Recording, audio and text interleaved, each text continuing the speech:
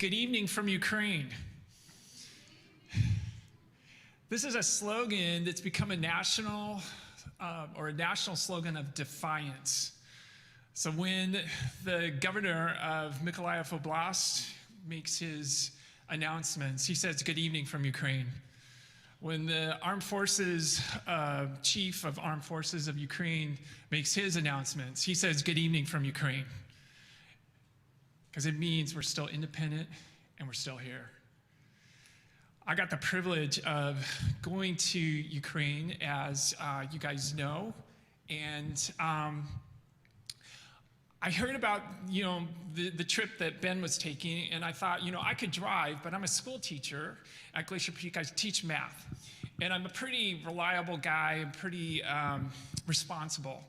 And I thought, I can drive, but it just wasn't going to work out as far as the timing. And so I talked to Christopher McAuliffe, who was going, and he said, you can just apply on your own with the Jesus Mission. And so I did. But I wasn't sure if I was supposed to go, because I love to travel, but I think it's impetuous or presumptuous to think just because you like to travel that, and you're doing it for the Lord, that's okay. I think you need to be called, and I needed to be called. So I didn't hear, except for an email that said, don't buy any tickets. We have to interview you. And so finally, in the middle of July, towards the middle of July, I get a call from Ukraine, and I talk to the regional director there, and he wants me to come. I now have 10 days to get everything situated, and I'm actually in Nebraska as I'm doing this. And I'm thinking, again, I don't know if I'm really called to do this, but I'm a responsible kind of guy. So I'm going with my responsible nature. I get the airfare all together, or the arrangements made, and then I just kind of have a mental breakdown, because I'm just going, I think I made the biggest mistake, because I love to travel, and maybe that's what this is mostly about. And so the next day, I was praying, and I just said, Lord, I need to know that I'm really supposed to go, that they really need someone there. And the Lord just spoke to me and said, I want you to go and love on the people. And then I had this Damascus Road kind of experience, where Jesus talks about living water is going to gush forth from your being. I got that. I had the most amazing experience of this living water, like a fire hose, just hitting my heart. And nothing could keep me from going. That I was going to be compelled by the love of Christ to go. And Jesus said that we can bring a lot of glory to the Father by bearing much fruit. And then in Galatians, it describes that fruit. It's love. So isn't it interesting that God wasn't concerned about my motives or even by the costs, but by my heart condition?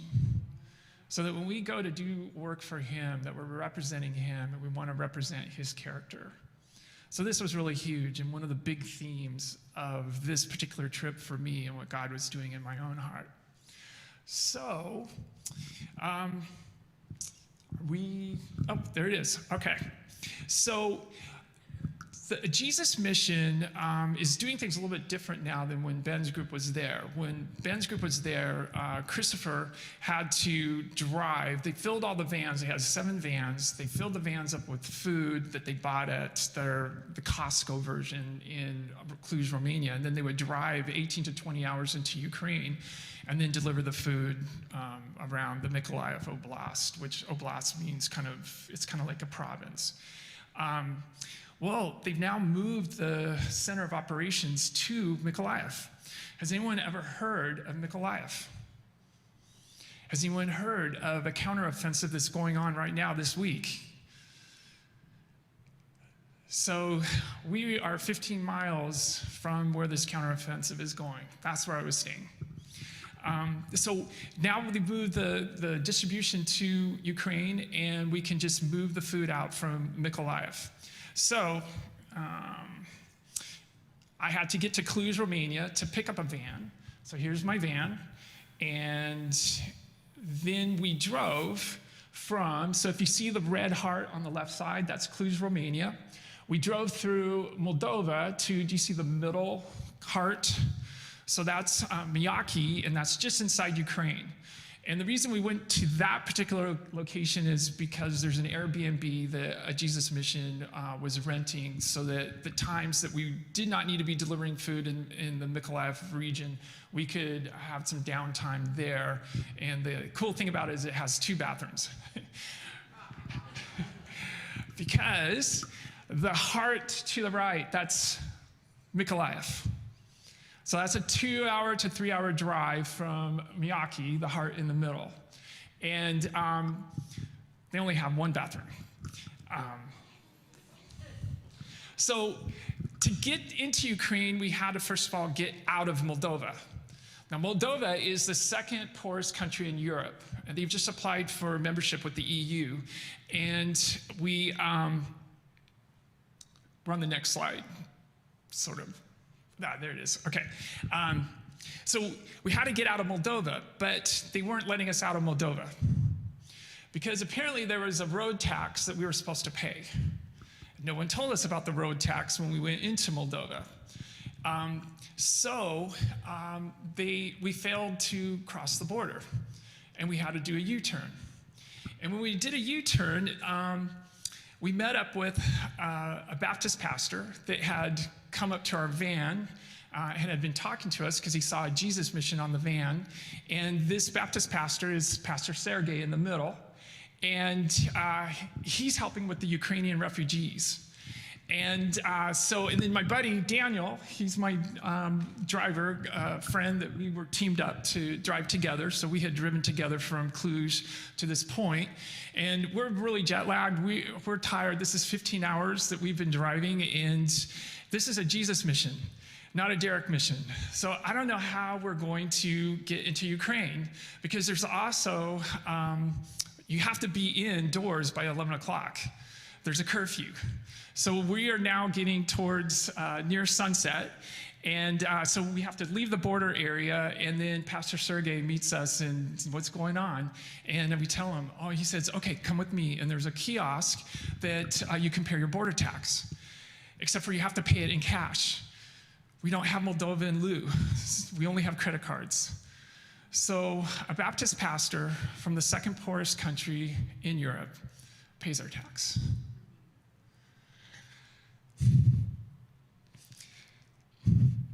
Does it remind you of a story when they asked Peter, does your master pay the 2 drachma tax? Peter didn't know what to do. So he went to Jesus, and Jesus said, hey, Peter, go fishing. And when you catch the first fish, pull the coin out of his mouth, and you pay your tax and mine. That was one of many miracles. So this angel, Pastor Sergey, got us into Moldova, or out of Moldova, so we could get into Ukraine. So now we're entering Ukraine, and I didn't really understand what this sign meant because we drove past really fast. 50 kilometers per hour is what you're supposed to go in city, 90 kilometers per hour out of city, and then 110 miles per hour on the highway. We did 140.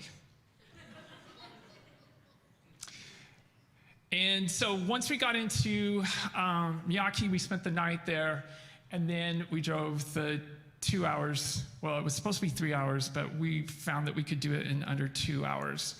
And we're taking these 2-lane highways and turning them to more like a 4-lane freeway. They're very bumpy.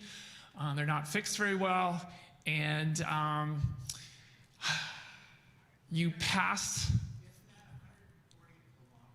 per hour. That's 85 miles, 87.5 miles per hour. Yeah. No. KPH. You got to do metric, Kelly. Got to do metric. So anyway, you're passing, like we wouldn't do like that here. You're passing when you're seeing oncoming traffic. So I'm going to just show you a quick video. And when you take a video from your phone, things look smaller than they actually are. So I just want you to see the oncoming truck.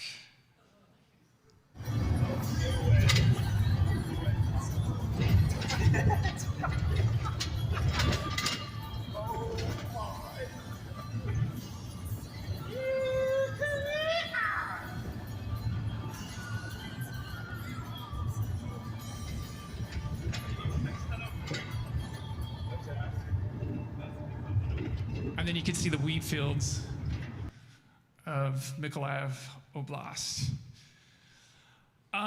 So then as we're going towards Mykolaiv, I don't know if you can, do you notice the buildings that are there? Do you notice those buildings that are there? They're not there anymore. There's a small village, has no military significance, and it's this side of the highway, the village has been obliterated. One thing you also have to be careful when you're doing 140K or 85 miles per hour on a road that you should only be doing probably 50 miles per hour is things like this. Now, it's kind of hard to see. You don't see the depth of that hole, but we're on a bridge, and then we're going to get off the bridge, but when you go the opposite direction, you cannot cross there because the hole's too deep. And so things like that you have to be careful of. So we were shelled every single night in Mykolaiv. But to tell you the truth, that wasn't the real danger. It's the road, and I'll show you another one in a second. Here we're coming into, actually this is the northern suburbs of Odessa.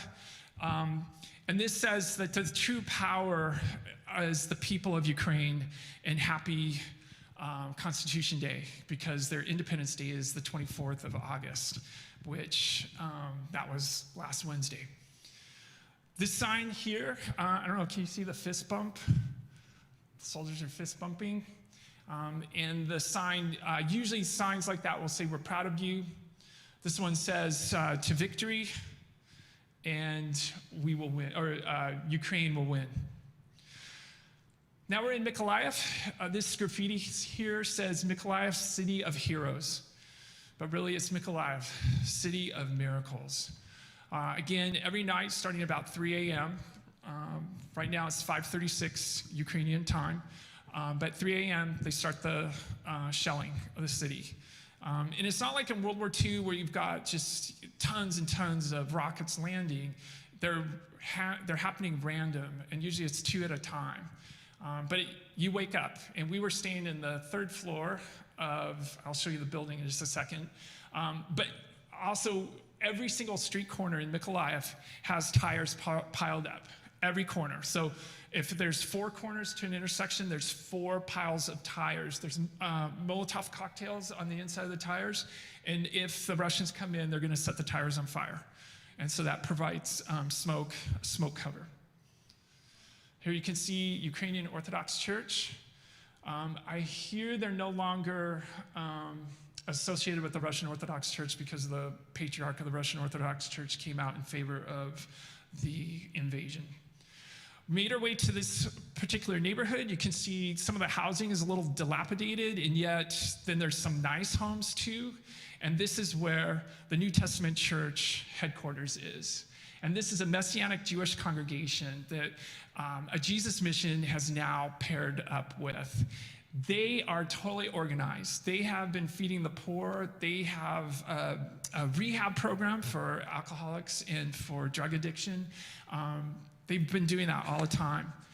And in this particular building, it's like 2 wings. There's a small church office, a living room, a kitchen where they make 3 meals a day. And then there's all these rooms, some of them not finished. But what they had done as part of their ministry is to help Russian Jews immigrate to Israel by being able to come and stay there on their way to Israel. So we stayed in this building on the 3rd floor during the shelling. The second really dangerous, like the shelling obviously is dangerous, but the other real dangerous part is walking on these pallets to get to the food and not spraining your ankle. Now, a Jesus Mission has also gotten Samaritan's Purse and the Assembly of God Relief Organization to bring food into Mykolaiv. This came in while I was there. I'm not sure which organization provided this food, but there were 3 semi-truckloads of food that got in the week before I got there. And then it's all stored at this church, and then from this church, we're using the Jesus Mission vans to get it out to other distribution centers, other churches, other villages. So here we got a pile of pasta, and pasta is really heavy. when you package it like this, and of course we're carrying 4 of these giant bags of pasta. It's pretty heavy. This is one of the unfinished rooms at the church. You can see it's totally loaded with food. And then this short video will show you the flour, sugar, salt. There's white navy beans in cans. There's Spam. There's another kind of spongy meat. There's corn flour. There's tomato paste or kind of a spaghetti sauce. There's my buddy Daniel. And oil. And what we do with that is then we package that into like garbage bag size or garbage bags.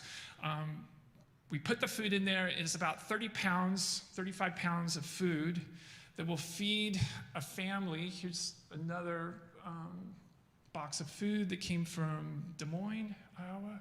So you see there's garbage bags of food, and we're loading them into the vans. And so the first Friday that I was there, we filled up 3 of our vans. We took it to a local church that's a house church, and another Messianic Jewish congregation that are having Friday services in the backyard, and we're loading the food into their garage. Now, the Red Cross is also in Mykolaiv, but the Red Cross, you line up every day, and you just get food for that day. So with what a Jesus Mission is doing paired with this New Testament church, you're getting food for 2 weeks.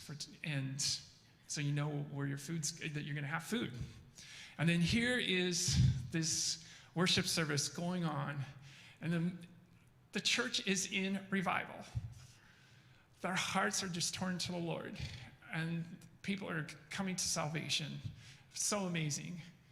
So amazing to be part of this. And these people, as we're unloading the food, were coming up to us, and they were saying, "Are you from America?" And we say, "Yeah." And they would just hug us and say, "Thank you." That was worth the trip, just to hear that, and just to be linked with fellow members of the body of Christ. And when they're suffering, we're suffering. But you know what? They show no fear. They show faith. It's amazing. We went to this next place. This is a church in the basement here, and we unloaded food there. And what they do here is you can get a free bag of food, but they're going to give you a gospel presentation first. So this shows, you can see where Mykolaiv is at the top, and the purple areas where the Ukrainians have pushed the Russians back. The Russians have come up from Crimea, which is down here, and have crossed the Dnieper River. And there you see the word Kherson. So this is all in the news right now because this is where the counteroffensive is going on as they are pushing back. They're trying to liberate Kherson. And so America's really helped them with the HIMARS, which are these rockets that are very accurate, and the Ukrainians have been doing a great job using them. But there are Christian soldiers that are on the front line. And again, this front line is 15 miles from my position where I was staying at the New Testament church. So the first Saturday I was there, we got a call. This is Yuri playing the guitar. He's a military chaplain, and we got a call from the brothers. Call them the brothers on the front line. They're experiencing heavy shelling, and we got to pray. And then we prayed every single night. And let me tell you, when you're praying for fellow Christians that are being shelled, it's emotional and it's powerful. And so there was another group of Americans from Florida that were with us, and I just want to let you hear a little bit of Ukrainian worship.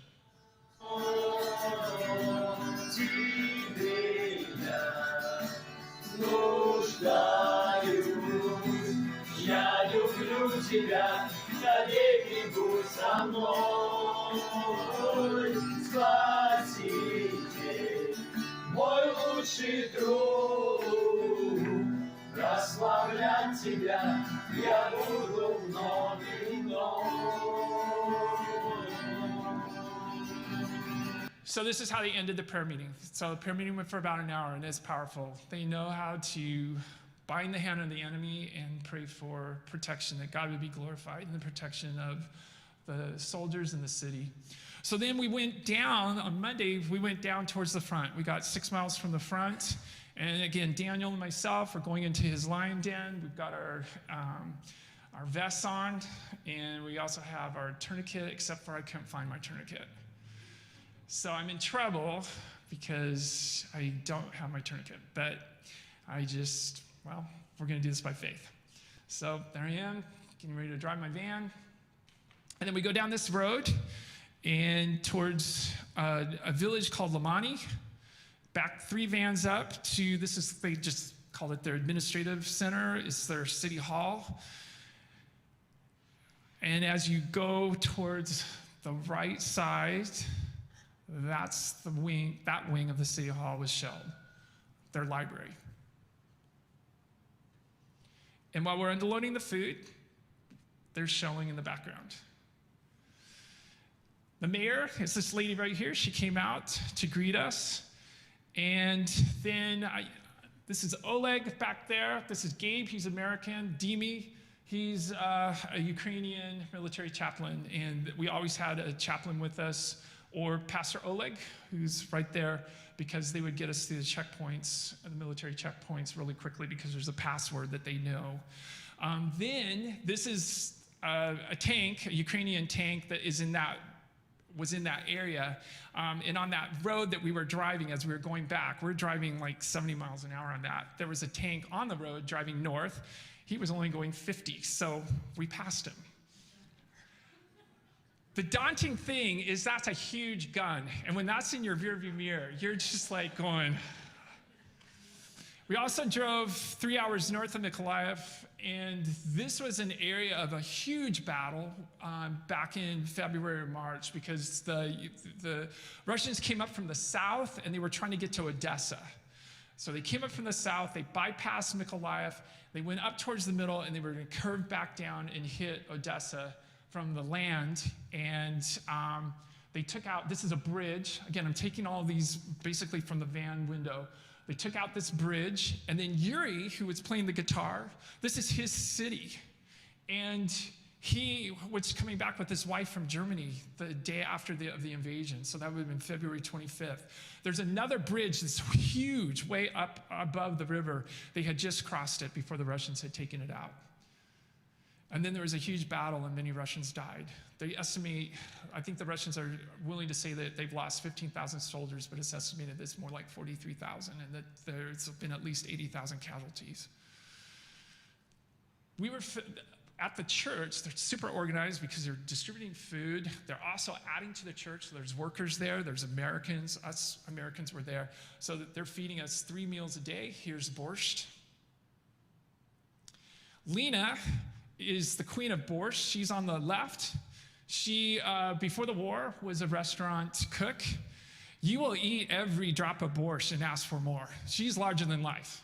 All right, so Lena, she started our Kathy Peterson. Yeah, right? And then Tamara on the right, she does cream of wheat like you've never had cream of wheat. I mean, it's done in milk, and Ukrainian milk is so amazing, and then lots of butter and sugar. But she cooks 3 meals a day along with, this guy, I can't remember his name, but he's for hours peeling potatoes every day. This is Oleg. He's a prayer warrior. You should see this guy pray for 10 minutes on, and and it's in Ukrainian. You just go, whoa. He is amazing, but he's one of the cooks. There's Tasha. So this is Natasha, and she's the secretary. And so there's 12 churches, 12 daughter churches. Oleg, the pastor, you'll meet him in a second. He's over 12 churches. Not all of them are Messianic Jewish congregations, but man, this gal, she's organized because she's in charge of food distribution. A lot of the guys that are Ukrainian guys are sleeping in the basement. And there's Oleg, who's one of the cooks, and several other guys are sleeping there because they've lost their means of their occupations because of the war. And that's one of the things. All the stores are open. Stores have food, but people whose husbands or fathers are on the front line, they need food, or the economy has been so disrupted. I mean, it's gone in the villages. And so they need food. And if they're not of retirement age, there's very little government help. Plus, something else, the Russians have learned in Syria to weaponize water. So take out the water of a village, and they can't survive for more than 3 days. So they shelled I think it's the water treatment plant for Mykolaiv. So this city it's like the size of Everett, Lake Stevens, Marysville. It takes up a lot of area, but now they have to get their water from a different river that's brackish, so it's not drinkable. But what it's doing is it's destroying their pipes. There's an American NGO group that's invented a water filtration system that came through. They came in, some of them are Christians, they came through to the church, and they were meeting with the governor of Mykolaiv because there's $100 million available through the US government for humanitarian aid. And if the mayor will do the paperwork, they could start getting these filtration units into the homes of Mykolaiv because, again, the water is not drinkable. There we are. This guy over here, this is Alex. He stays in the basement along with Oleg and like 4 other guys. They're not there. His family, his 2 daughters and wife are in the west of Ukraine, and he's staying in Mykolaiv. Oh, Kelly, do you see? Can you see what this shirt says? Says it's time for me to quit. Okay. All right. I'm almost there, Kelly. Still is what it said. Okay, just want to show you. Go back. Yeah, there we are. I'm sorry. So we should be on a map. There we are. Okay, there we are. Thanks, Jenna. So the blue dot is where the church is. And then this cluster of red dots, that's where the university is. My last night in Mykolaiv, they shelled the university. And it was university housing, and that was less than a mile from where we were staying. This island over here on the right, we'll talk about that real quick, but I just want to show you an end with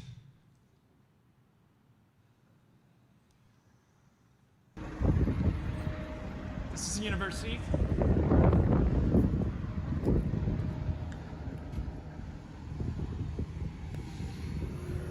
This is a huge explosion.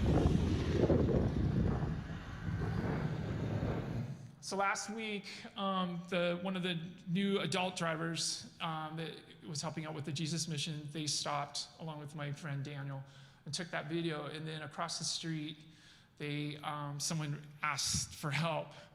And this is Victoria's house. And yeah, we can tore through there. Araña.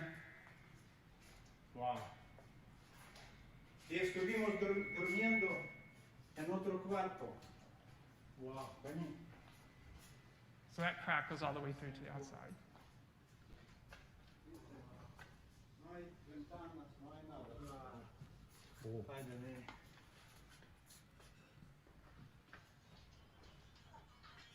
Wow. I didn't. Just last night? The night that the Oh, that the the school got. university? Yeah. Wow. Pasa por acá.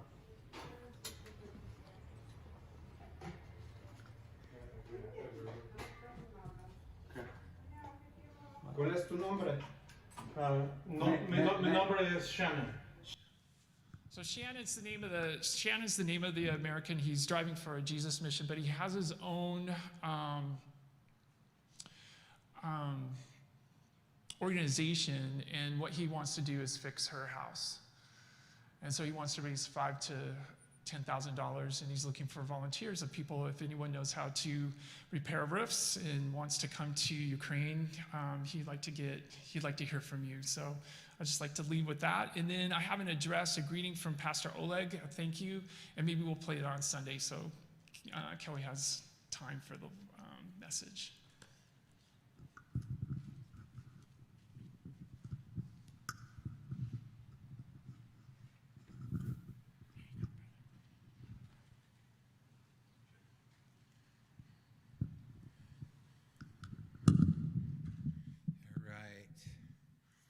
You can see the human need. It's great. And there are connections that we know of, that if you have a burr in your britches and would like to be involved in that sort of thing. Derek, he had a desire to be involved in this area, and he just did it. And I think you said it was the best thing you've ever done, right?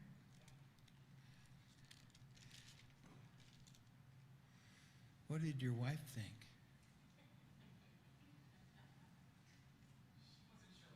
Yeah, right. It's funny how that goes. Well, I want to finish today. I'm going to take just maybe 10 minutes of your time. If you would turn to Psalm 97. This is where we left off last week. I wasn't supposed to do Bible study today. Don Booker was, but he has COVID.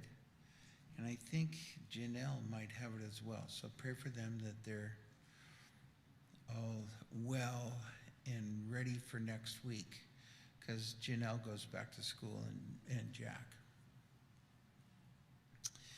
Okay, in the Psalms, we see a very clear statement about God that we as believers are supposed to follow him. And it's in that realm of following him that we run into things like Derek ran into, the opportunity to go to the Ukraine, to a place where they're throwing bombs at you. You just can't wait to go there, right? But I think that it's a part of response, and I'm going to do a summary. If you look at Psalm 97, it starts off with, "The Lord reigns. Let the earth rejoice. Let the islands be glad." And then tonight's finale for me is Psalm 99, the 99th Psalm. If you look at it, it starts off, "The Lord reigns. Let the peoples tremble. He is enthroned above the cherubim. Let the earth shake. The Lord is great in Zion. He is exalted above the peoples." It shows God as being the authority, the person who the earth should respond to, and we should bend our knee, be compliant with him and what he would call us to do in our lives, whether it's doing the Jesus mission to the Ukraine or getting permission from your wife to do that. I'm just teasing Derek. I think that, the passion, the fire that he puts within us to do things, sometimes it leads us completely out of our comfort zone, and we go do things, and it has to do with him being in charge.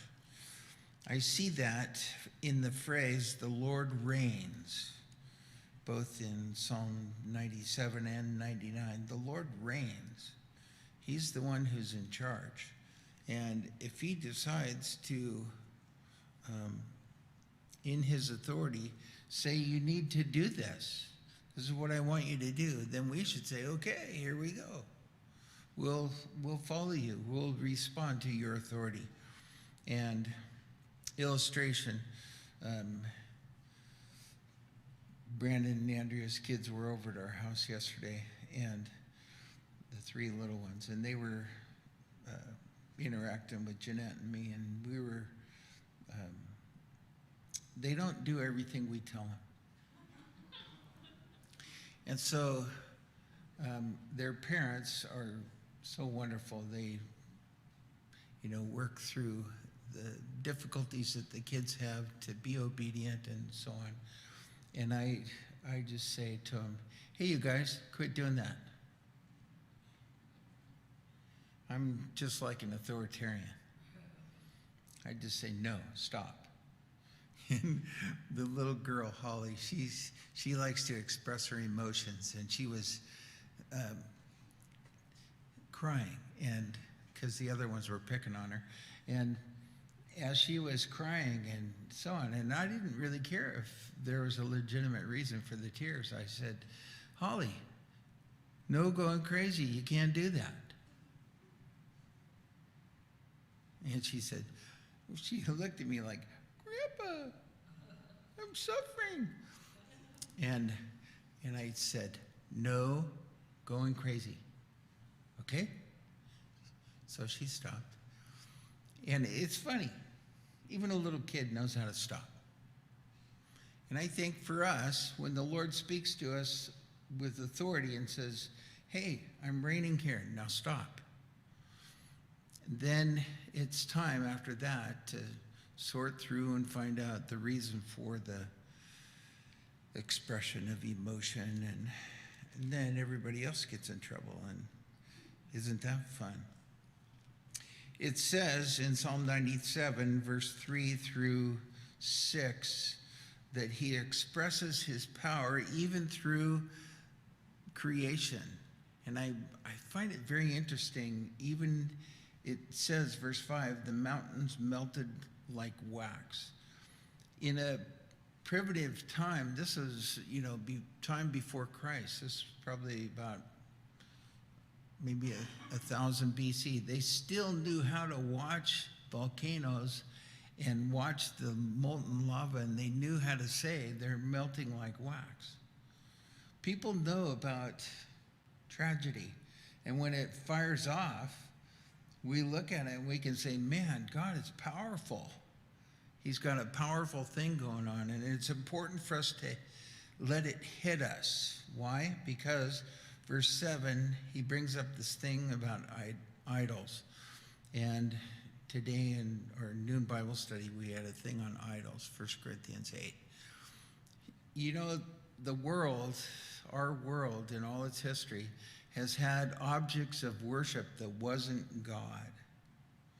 And it's important for us to know that God does not want us worshiping any other thing that's not him. The second of the 10 commandments, what is it? No other gods. We're going to have no graven images. You can't bow down and worship. And we talked today at Bible study at noon about what sort of things are idols in our world today. We're sophisticated people. We don't bow down and worship golden calves and things like that, right? But we have things that we defer to, that we hold precious, and we honor, and we restrain our lives from, even our families, in order to be involved in things that are like idolatry. And we had fun talking about things that are idol-like. Get rid of them. Throw them away. Jeanette, when I was first courting with Jeanette, she was a woman of the world. She had friends in the world. She was, just very progressive, very advanced kind of person. And she showed me once she had this golden necklace with the sign of the zodiac on there. And she said, isn't this great? I said, no, it's not. It's astrology. Throw it away. And she said, I paid a lot of money for that. I said, just throw it away. It's evil. It's you know, it's like doing your horoscope. I've learned to do my horoscope.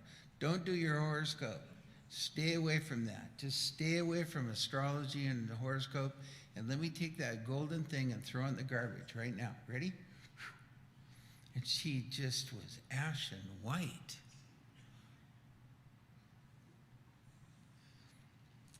The Lord reigns. He speaks firmly with authority about certain things. Get it out of your life. There's only one answer. Don't do it. Remember Nancy Reagan? Just say no. There you go.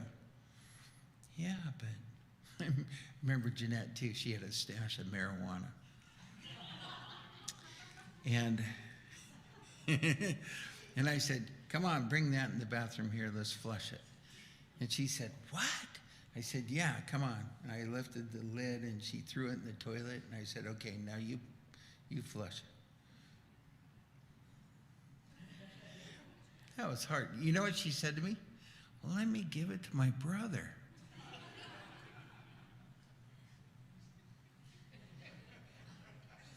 Hey, the Lord reigns. Let's flush it.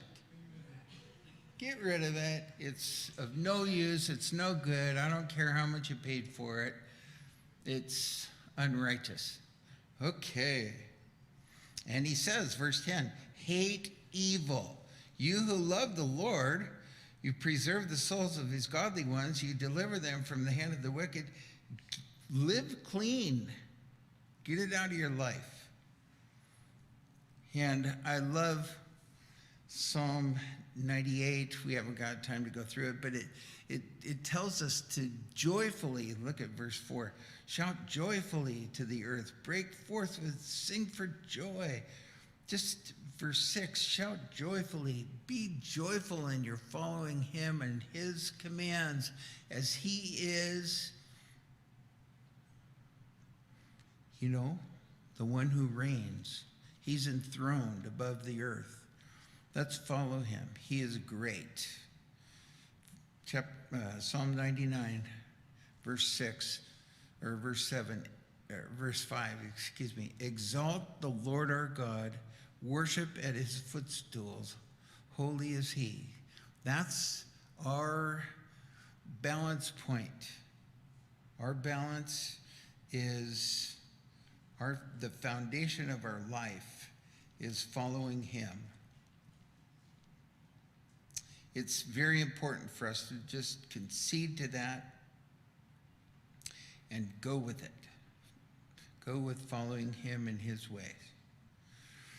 Well, hopefully that was encouraging to you. I want it to be a little bit of scripture that holds us in check. Don't feel like the Lord owes you an explanation all the time. Just do it. He can explain it along the way, and he can. And I'll tell you what, this is one thing I found about God. Sometimes we don't like his explanations anyway. So just go with what he tells you to do, and you'll figure it out later. Your emotions will go along with it after your heart is broken because you couldn't get what you wanted. Here's what the two older kids, the twins, they were pestering Holly. She had a little plastic cell phone, and they wanted to play with it. So they grabbed it away from her, and she started crying with great passion. And that's when I said, Holly, no going crazy. It's not right. You can't go crazy. And then right after that, I said to the kids, give that phone back to her. And do it right this second. Which they did, and everything was great after that. The Lord knows how to be authoritative for you, to help you. Father, thank you that you are the great authority in our lives, that you do reign. And we exalt you as the one who is in charge. Please be in charge of our lives, we ask in Jesus' name. Amen. Bless you guys. Have a great rest of your night.